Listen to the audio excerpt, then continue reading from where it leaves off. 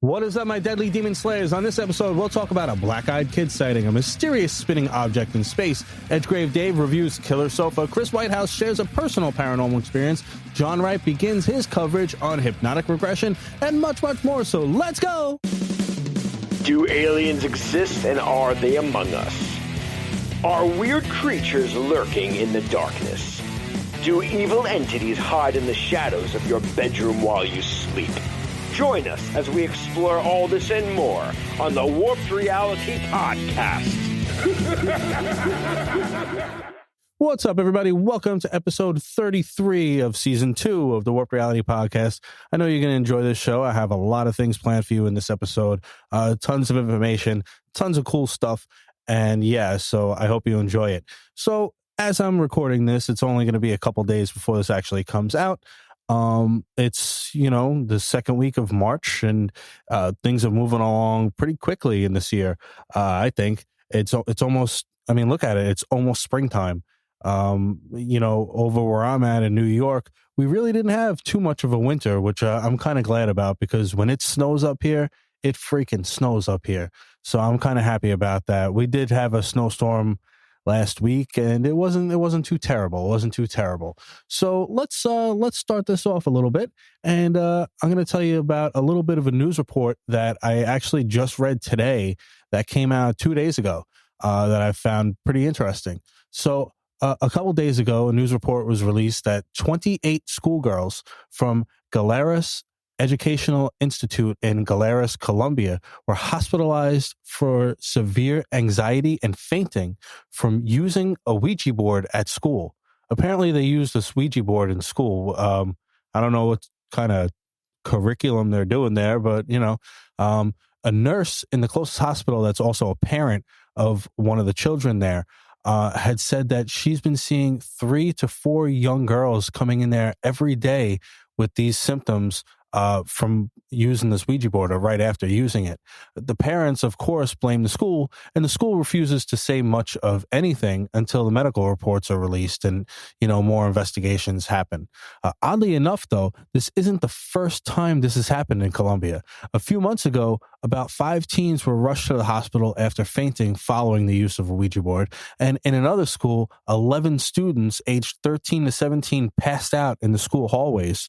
So after Ouija board use as well. So this is kind of a crazy occurrence. You kind of wonder, is it from the Ouija board, or could there be, not saying much, but Colombia is, known for some, illegal activities going on there or coming from there. So maybe these Ouija boards are laced in something, who knows? I know in the profession that I work in, fentanyl is very, very, very dangerous, and it could be laced on anything, and anybody that touches it could get affected by it. So you never really know. But if it is because of the Ouija board being haunted and stuff, listen, I'd love to hear Chris Whitehouse's opinion on it, because he's like the master of the Ouija board, that I know, because he uses it all the time in his investigations and never really has any issues with it. So I'd love to hear his opinion on it.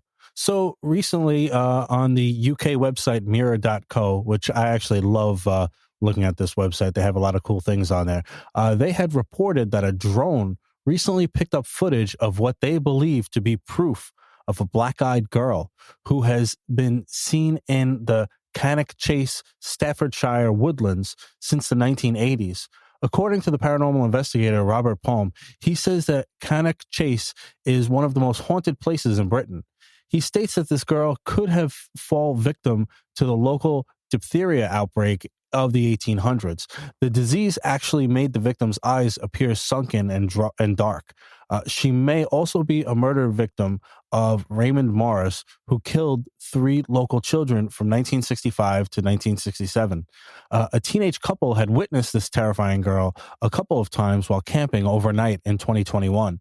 While they were in their tent trying to sleep, they heard noises from right outside of rustling leaves and branches, and even a child giggling. They peeked out to find a shadowy figure moving very fast, almost as if she was teleporting between trees. It left them frightened and sleepless until the morning time when they were walking back to their car because they were like, no, we out of here. This is too much for us. They spotted her one more time, her black eyes peering at them from behind an oak tree. Another sighting happened in 2019 when a young girl chased after the ghostly child, but was unable to catch up to her, among almost falling off of a 20-foot cliff.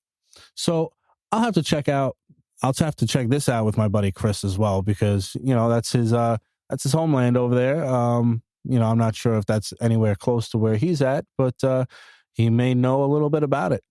So I also recently did a segment all about the Black-Eyed Kids for my Warped Reality segment for the Paranoi radio podcast. For those of you that don't know, I do a monthly segment for them, and I encourage you to check out that podcast. The podcast is very interesting, well put together, and well researched. They deep dive into many different subjects and relay it in an entertaining way. I'll have to link their show notes for you to check it out. And I'm also going to release my segment as a bonus very, very soon. So stay tuned for that. All right. And now for some out of this world news. So recently, scientists had been receiving repeated radio signals every 18 minutes. An astrophysicist, Dr. Natasha Hurley-Walker, who leads an Australian-based research team, said that the signals were unlike anything they've ever received. And they all started getting really, really excited because they really felt that this could be signs or extraterrestrials trying to communicate with us. So they found the signals were coming from a mysterious spinning object from 4,000 light years away. She broke out in a cold sweat thinking that, this is it. This is it. We found proof of alien life. And she's probably going to become super, super famous, and they'll name an alien species after her and all that stuff. And after some hours of investigating, they concluded that the signal was coming from a natural source, most likely a neutron star or a white dwarf planet. But how do we know this? They're saying this, but, a lot of these things, okay. So a lot of these things can be explained, right? Let me take the realist approach on this. A lot of these things can be explained, naturally or scientifically. But not everything could be that reason. There's different reasons, for the same thing. One thing happens, there could be numerous reasons of why that one thing is happening. So we really have no idea. Maybe they were told to say that, that they found out that it was a neutron star or that it was a white dwarf planet, or maybe it was. Who knows? But all in all, very, very cool. So I'm sure you guys are pretty tired of hearing me talk at this point. So right now, we're going to go with some horrible reviews with Edgegrave Dave. So let's take it away, Edgegrave. Horrible reviews with Edgegrave Dave. All right. Okay. It is my sworn duty to protect my grave diggers. And what you have to be careful with, kids, is your furniture. They actually made a movie in 2019 called Killer Sofa. Wait a second. They made a movie called Killer Sofa. Just yeah, this actually happened, guys. And it was written, directed, and produced by Bernie Rao, starring Pimo May, Natalie Morris, Harley Neville, Stacey King, Jed Profi, and Jim Baltax. He actually also served as a production manager. Guys, when I tell you that not even your furniture is safe, I do mean just that, because that is what we're dealing with here, guys, so get ready. Now, it is at this time that I'm going to issue an Edgegrave warning, spoiler alert, but I might be saving you the trouble here, spoiling something. Let's talk about this freaking sofa first. Firstly, it's got 2 buttons on the center of the chair for eyes. This is one of those movies, guys, where, boy, is the artwork deceiving. Now, this used to happen a lot of the time, especially back in the 70s and the 80s, where there would be some sort of an artist rendition of something, and it would make it look super cool, you know, like those times where I remember going back to the video store and I could literally rent any horror film from A to Z. And just by looking at the cover, there was no internet, there was no Google, there was no nothing. All that you had was the artwork. That was all that you had. And the cover of this thing looked really cool. You had these crazy teeth, this cunning stare, this menacing looking piece of furniture. And then you kind of have this thing. The movement of this thing is also not really done very well. Now, we've talked about Jack Frost, how there's kind of silly things like it had an oven mitten for a hand and silly icicle fangs. But this one, I mean, was this lazy boy just kind of plain lazy? I mean, the kills, you know, certain times you just see like a little springboard kind of coming up, the way that kind of shuffles from apartment to the street. One of the funny high points for me of the movie is when they're trying to exorcise the possessed soul of the chair, which we're going to talk about. It's actually blowing out the freaking matches. This one scene makes the whole thing worth it, guys. It's actually blowing the matches out with its little mouth. It's almost cute, except that it's absolutely not. And when you see it, you're going to be like, this is one of the only movements of this whole freaking chair that I'm seeing here, aside for a couple of shoddy kills. So basically, you have this demon called the Dibuk. This is actually a Judaism demon. Now, this is one of the few movies that actually takes a rabbi to help to kind of exorcise this, but at the same time, it kind of borrows different things from voodoo, from Christianity. It doesn't really know what it wants to be. There's a lot of mythologies in these movies. I mean, one of the strongest that I've seen in previous movies, for example, is Nightmare on Elm Street 3 Dream Warriors. You know, you have Freddy's bones needs to be laid to rest with holy water. I mean, something strong like that I can understand. This movie doesn't even know where it even wants to go. It's obsessed with the person that lives in the apartment, Francesca, and any man that tries to get in between her and the sofa, it kills. Now, why is the sofa doing this, you ask? Because of the Dubuk that is possessing it. Basically, it was part of a couple that turns out was her great-grandmother.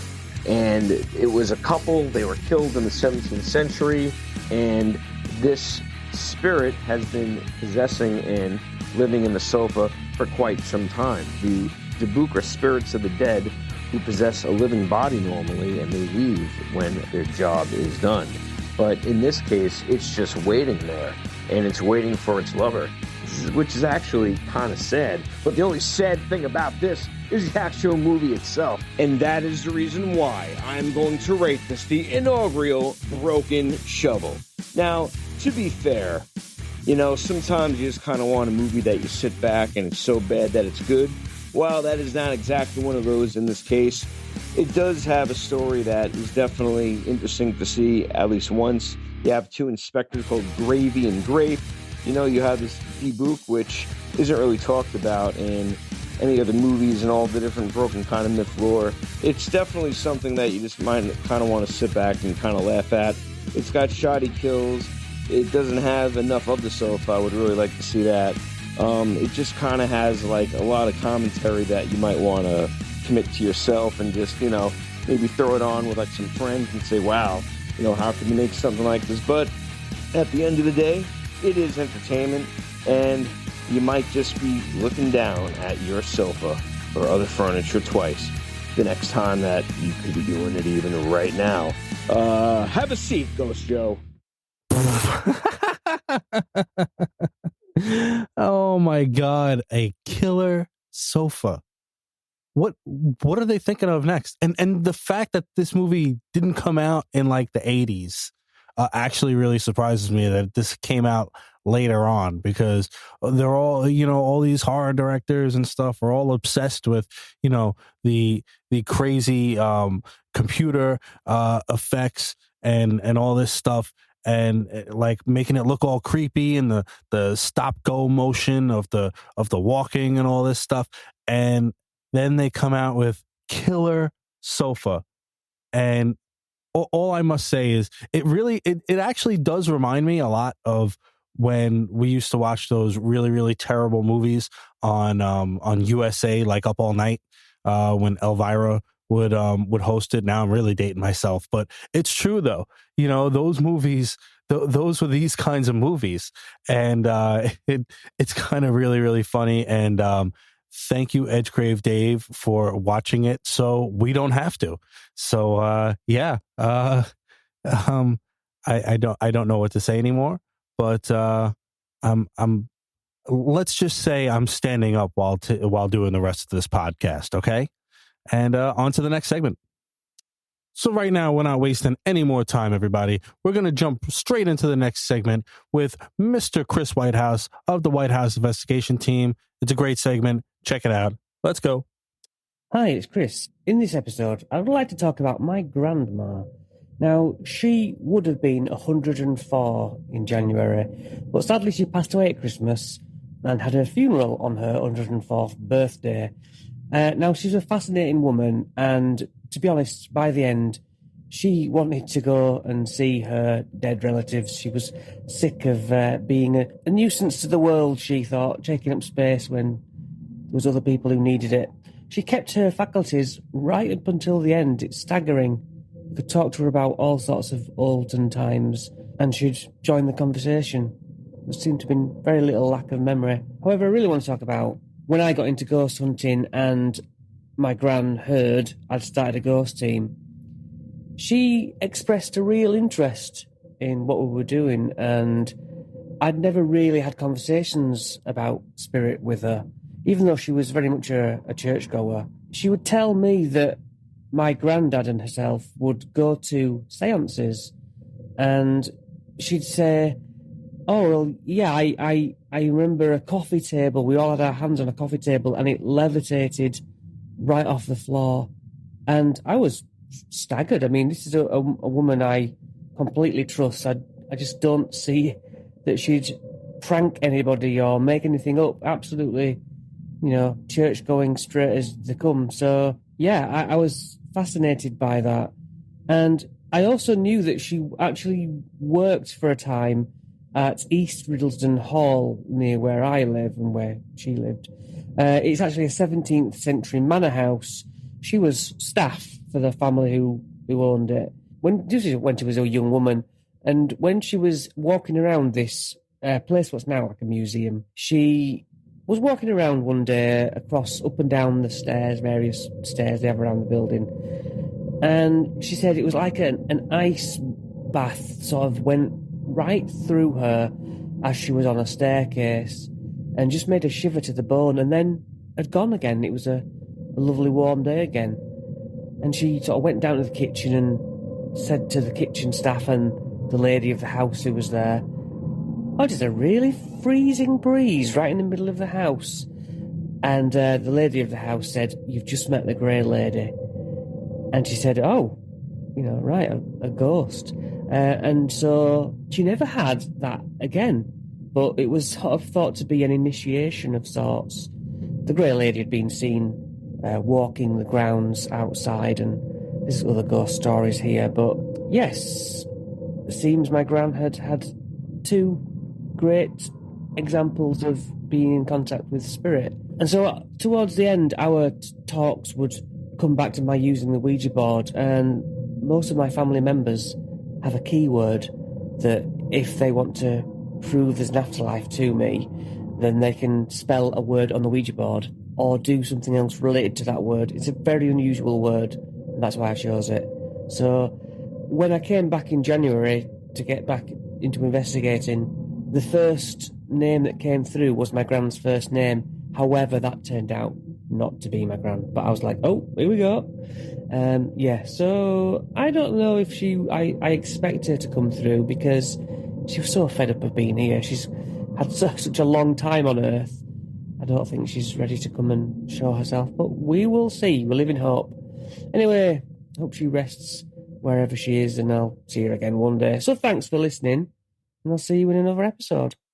Thank you so much, Chris, for that awesome segment. And thank you so much for sharing such a personal story with us. And by the way, you know, God bless your grandma for living such a long and healthy life, it seems. So that's really, really amazing. And I mean, just the fact of somebody living over 100 years that have seen so many things go on.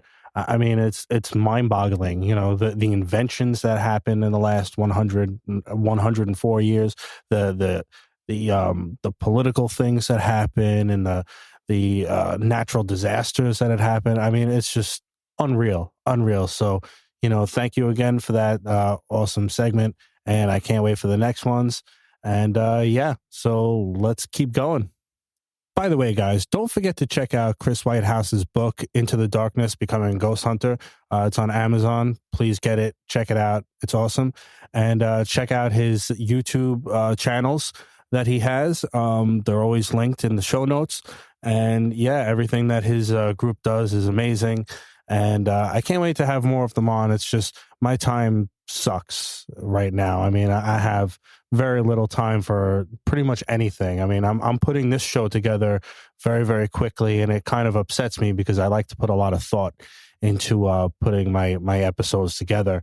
I mean, just to give you guys a little bit of a of a thing. Yesterday, I worked 17 hours at my job, and then it took me 4.5 hours to get home. So yeah, it's just incredible. But you know, whatever. I love doing this stuff. I love talking about the paranormal, and I love sharing my enthusiasm, and I love having people on my show, such as Chris Whitehouse and John Wright and Edgegrave Dave, that love sharing their enthusiasm for what they love as well. So, by the way, if you guys have a paranormal experience that you'd like to share, or you'd like to be a guest on the show, please call me and leave me a voicemail at 845-600-0744 and let me know about it. I'd love to have you on. There's still a few people that have called, and I am going to get to you. I promise. I'm sorry it's taking so long. It's been a little crazy lately. But yeah, anyway, let's keep going, all right? Shall we? So one thing I've noticed, ladies and gentlemen, you know, I look at my stats a lot, and, you know, I like to try and tailor certain things to my audience, right? So a lot of my listeners, of course, me being from the United States, a lot of my listeners come from the United States. And also now that I have Chris Whitehouse, a lot of them come from the UK as well, which is awesome. But the one country that I don't really get many people at all listening is Australia. And, you know, I'm a little bit, it's funny because I get more people from non-English speaking countries listening to my podcast more than Australia, which of course is an English speaking country. So I think that's a little bit weird, and maybe I haven't really been putting enough thought into, you know, making content for different countries. So I figured what I would do is, you know, add a couple things from Australia in this episode, and hopefully that could attract some people, and, you know, they'd want to listen to my podcast a little bit. So what I'd like to do right now is I want to tell you a couple little tidbits about a couple of the most haunted places in Australia. One of them is called Devil's Pool, and it's a natural feature. The legend goes that a runaway bride named Ulana leapt to her death in this sacred indigenous site when she was barred from marrying her one true love. How come that always happens? Her curse on the spookily named Devil's Pool, also known as Babinda Boulders in the tropical North Queensland, has lingered ever since.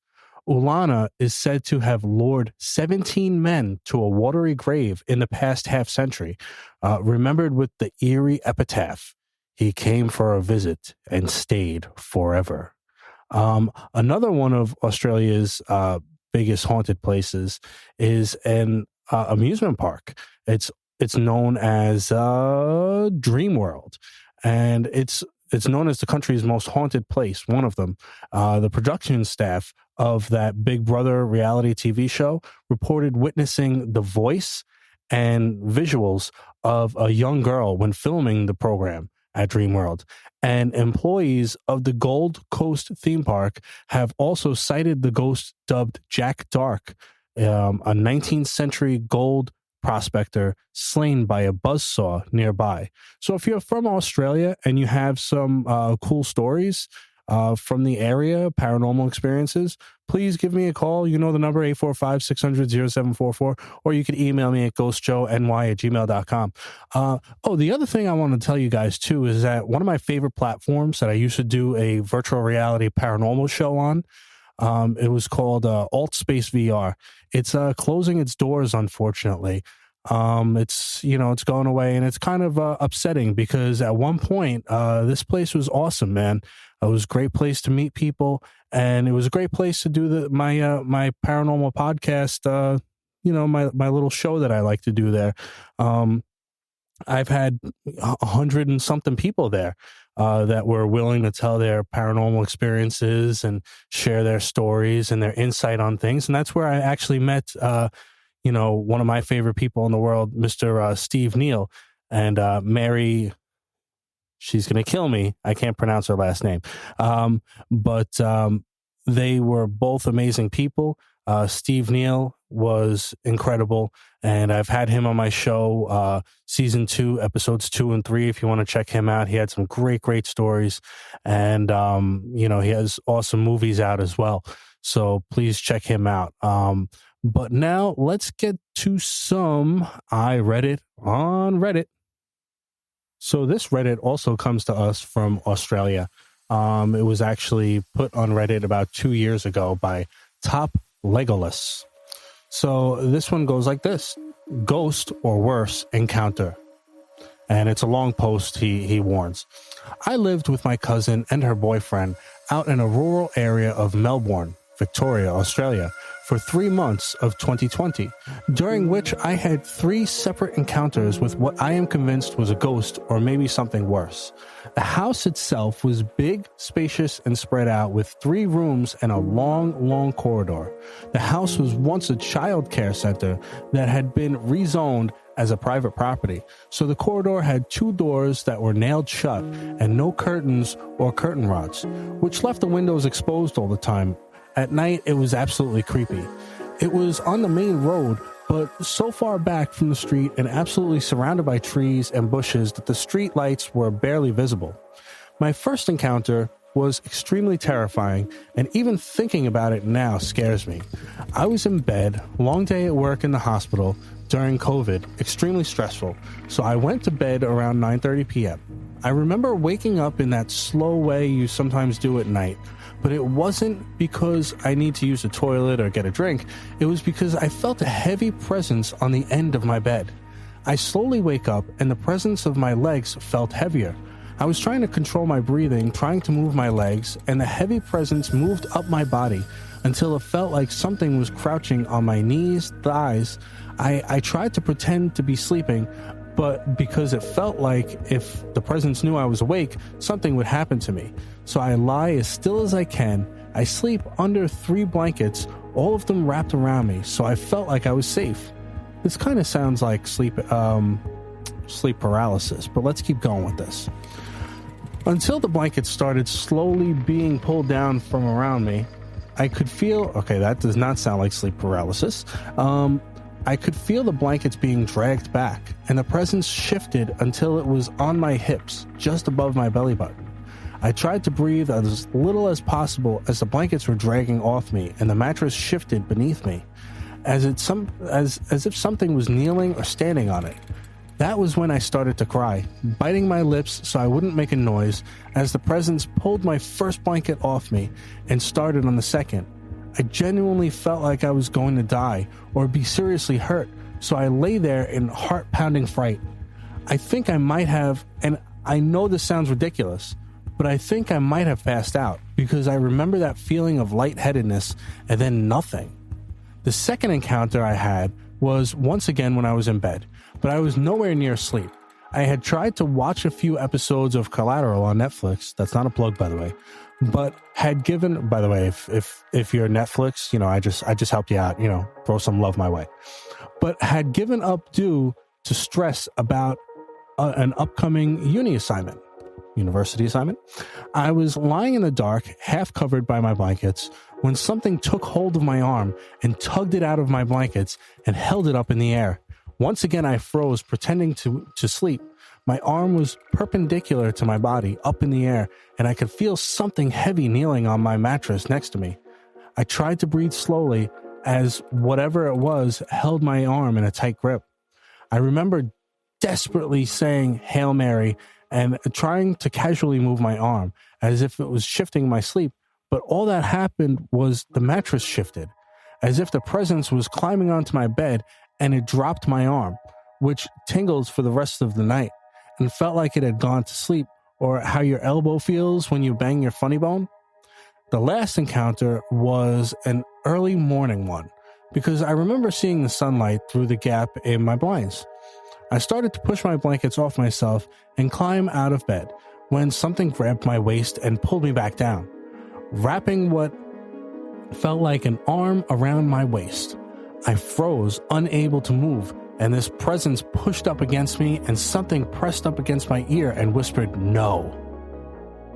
I remember shaking extremely hard as I pulled myself out of bed and basically bolted from the room, smacking into my cousin's boyfriend, who was walking up the hallway from their room. I'm sorry this is so long, but I haven't mentioned these encounters to anyone, not even my ex-housemates, because it frightened me so much. Wow, those must have been super terrifying. I mean, the fact that it all happened in the bed, though, really, really sounds like sleep paralysis to me, because you could think that you're awake and you're really not. But all in all, if you really were awake during those experiences, that had to have been extremely, extremely frightening. Yeah, so that's I read it on Reddit from Australia. Before we get into the next segment, I wanted to give you a little introduction to it. The next segment, of course, is The Right Headspace with John Wright. He's going to be going over hypnotic regression. Now, hypnosis has been a subject I've loved since I was a kid. I always found it fascinating what you could pretty much do with the mind and stuff. And it's an incredible thing. And he's going to be going into detail about that. And, its uses and stuff like that over the next few episodes, as he'll explain. But I did want to say that my very first segment host was April of April's Creepy Corner. And she is a certified hypnotherapist, as well as a great musician and a very long time dear friend of mine. And she was doing these segments, and she was amazing at it. I hope one day she could come back and do some more segments as well. But right now she's off having a baby. So, congratulations to her. And, I can't wait to see the pictures and all that. And thank you for supporting me with everything I do. You're amazing. You're awesome. But she, like I said, she's a certified hypnotherapist. And I'm sure she probably would have covered this in detail as well. And hopefully maybe she'll even come up and send me some stuff with her own notes and her own things that she has learned as well. And it's actually something that I've always wanted to learn, hypnotherapy or stage hypnosis, stuff like that, because it's always fascinated me. So without further ado, here is John Wright with The Right Headspace.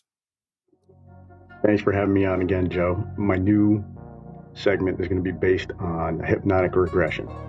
So I have kind of like your typical questions. What is it? How does it work? When did it first appear? Some of the big names or cases in which hypnotic regression was used, explain why it was used, and finish up with how does it work. So I'll be honest and upfront, I actually have not yet finished all of my research on this. I was about 22 pages of notes into this segment, which I talked to Joe about, and is probably going to be split up among several different segments over however many shows it's going to take to cover it. So I did a real, we'll call it deep dive on this topic. And so we have all these questions, and unfortunately got to kind of condense those into a very short time span. So I just called it So Many Questions and So Little. Unlike the Jeremy Corbells of the world, my goal is to get people to investigate and for them to think critically about this topic. Not just this particular topic, but any topic that you deal with in regards to the UFO, paranormal, that kind of thing. What makes me different? I'm not here to promote a show. I don't have what I call a air quote documentary that I'm pushing to the public, and I don't have a website. So this I'm just doing because I believe it's one of those topics that needs to be out there. People need to hear it. People need to do their own investigations and not let some talking head tell you what you should or you should not think or believe. So where do we start? What is it? When did it first? Doing some tracing, I was able to find that this actually started with Sigmund Freud, and it was something that he carried throughout his whole entire career as a psychoanalyst. Sometimes it can be referred to as what they refer to as talking therapy. And what Freud believed was people had these, we'll call it deep-seated emotions that were within their subconscious mind. His goal was to try and reach those buried emotions, bring those to the surface so that once they were brought to the surface, they could be dealt with. If not, it was going to have serious, we'll call it physical as well as mental implications for the patient. What he had learned was, over the course of doing this for years and years, that it's possible that false memories could be created and that these memories sometimes stemmed not from the subject, but from the person who is actually conducting the session. And I put in parentheses, keep this in mind for later. Now, one of the articles that I thought was really good and gives you a quick summary of what regression therapy is, the types of regression therapies that exist, is one that was done by, it's called What is Regression Therapy? It was by Neha Kashyap. It was published by Very Health. This was published on July 6, 2022. And it was later reviewed by Michael McIntyre, MD. So first question, how does it work? The basics. Typically a patient is going to be placed in what is supposed to be, we'll call it an expert in hypnotic regression. One of the things that they know is that this is usually done by either a neuropsychologist or a psychologist who is highly trained. Not your quote unquote expert because they've done it and they've used it on a number of different people. This is people who are trained, that actually have degrees and PhDs and MDs in these particular fields of study. This isn't somebody who, this is their hobby that they do on the side. This is like their actual job. They have deep training in this particular field. Now, once they do this, they put the subject into a trance. And usually given like a prompt, something to the regard of, okay, I'm going to bring you back to this particular day, this particular time when you had that experience.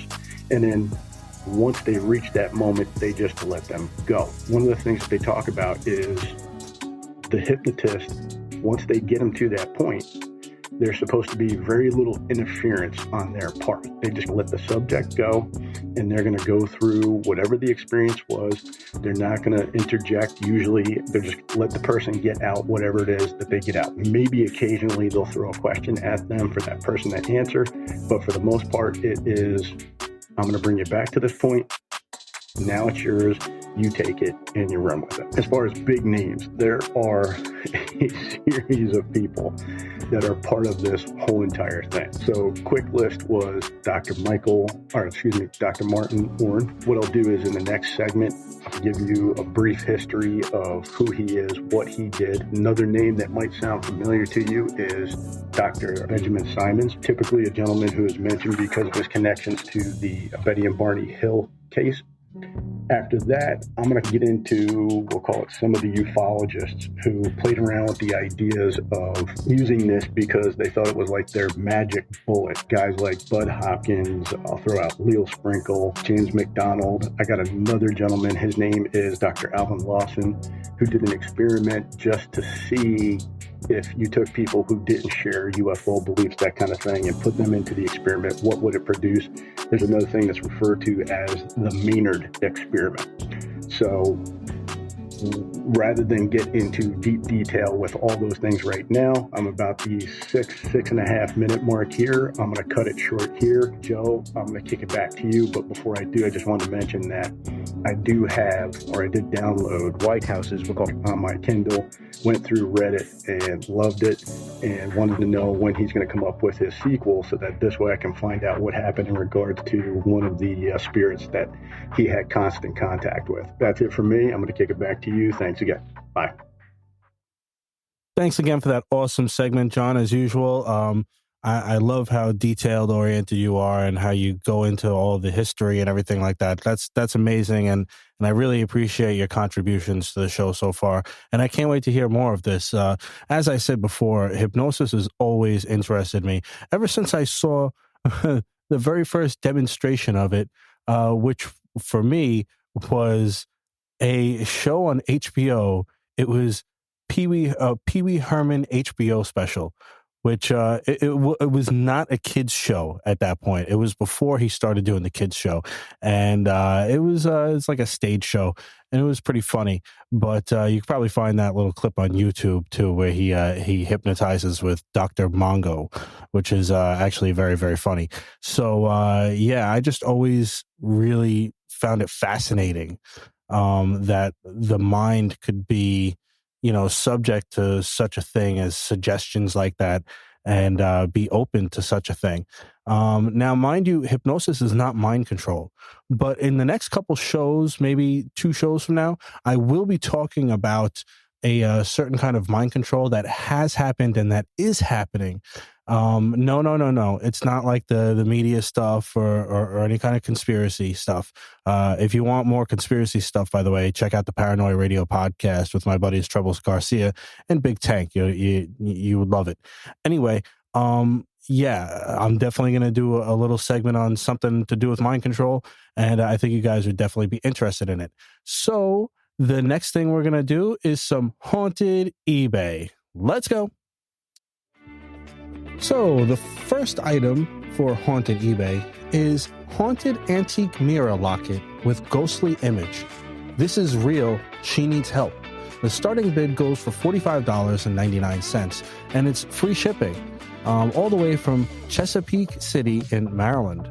So it says here that the locket is hiding a beautiful ghost woman, and she needs help, and so do I. I can't sleep at night.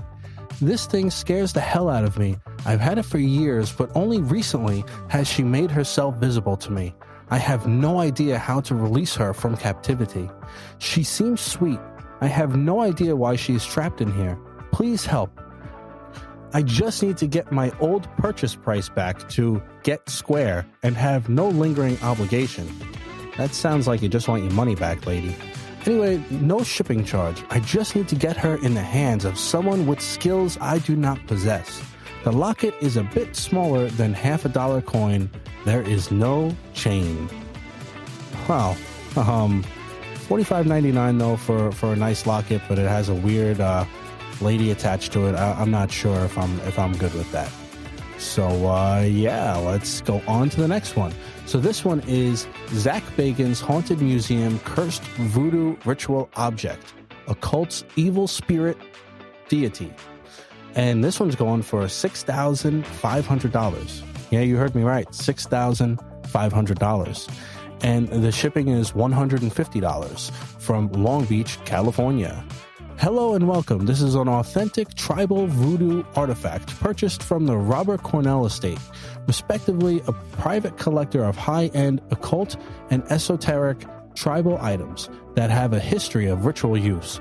This is a real haunted object, the real deal, a large authentic voodoo deity of an entity that was handcrafted in the Democratic Republic of the Congo during pre-Columbian times.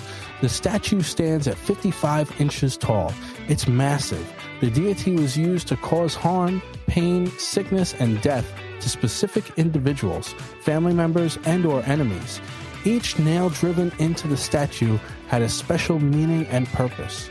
after the nail was driven into the object, they would sacrifice an animal as an offering and spill the life force energy onto the object to spiritually charge it. The object has magic spell bags and charms with other objects like animal bones, goats' horns, and other unknown materials. The deity has real human hair on the face of the entity, as well as real sacrificial patina residue on it, and various traces of libations spilled onto the body of the statue. Various unknown rituals used objects that wrapped around the body of the deity. This piece was crafted over 100 years ago. The statue is similar to those seen at Zach Bagans' Haunted Museum. I'm not promoting that dude. And similar to an object that was featured on the show Ghost Adventures. I am not promoting that show either. This object is an ancient tribal deity used for magic, witchcraft, by early practitioners of witchcraft and voodoo. These deities contain spirits of different beings and a very real spiritual attachment that holds an active portal associated with many strange paranormal occurrences. Balls of light have been seen at night coming from and around the statue, as well as dark masses and shadows have been seen. Tribal chants and voices, disembodied animal noises have been heard, such as goats, chickens, and other unexplained animal smells come from the object on multiple occasions. Have smelled cigar smoke, alcohol, and rotten meat, along with drafts of air that smell like incense. Tapping, knocking noises heard, as well as disembodiment screams have been heard that have woken me up at night, which is spine-chilling. You can literally feel the dark energy coming off the statue. It's very strong and unlike anything that you have ever experienced. You get chills from just being near it. Ritualistic noises have been heard, like tribal instruments, drums, and rattles, very distinct. This item contains so much history and untold stories. So you're gonna spend $6,500 on that? I don't know. That does sound pretty crazy though, don't it? And the last item on Haunted eBay is Haunted Bear Doll. Has been heard reciting Bible scripture. Very demonic, must go. And this one's going for $1,975. But it is free shipping, so hey. And it's coming from Greenville, Mississippi. This auction is for a very old, a very rare haunted bear type doll. The fur on this doll is unlike any fur I have seen on a plush doll before. I came across it while helping a friend clear out his grandmother's house in order to remodel it and rent it out. His grandmother passed away when we were kids, and it has been locked up ever since then.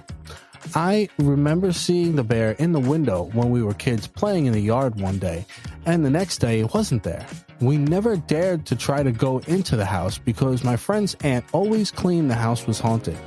When cleaning out the house, my friend told me I could have anything that I wanted in that house, as most of it would have to be thrown away because there was no room to store it anywhere else. So when I saw the bear, I automatically grabbed it and put it in my stash of stuff to keep.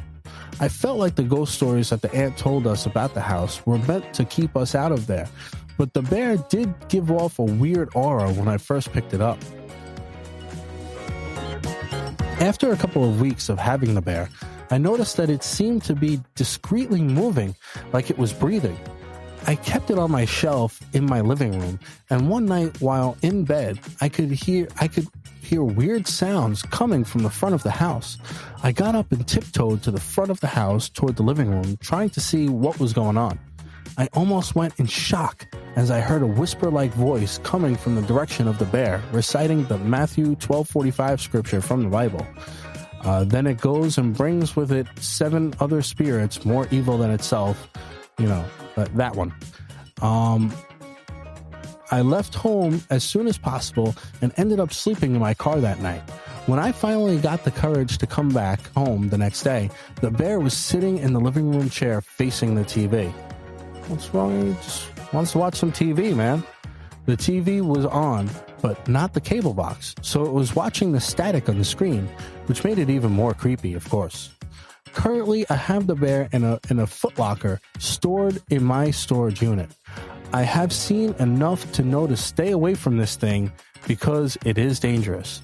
If you make an offer on this item, please be prepared to pay within 48 hours because I'm going to hightail it out of there and get rid of my whole eBay account so you can't get a refund when you find out that it's just a teddy bear.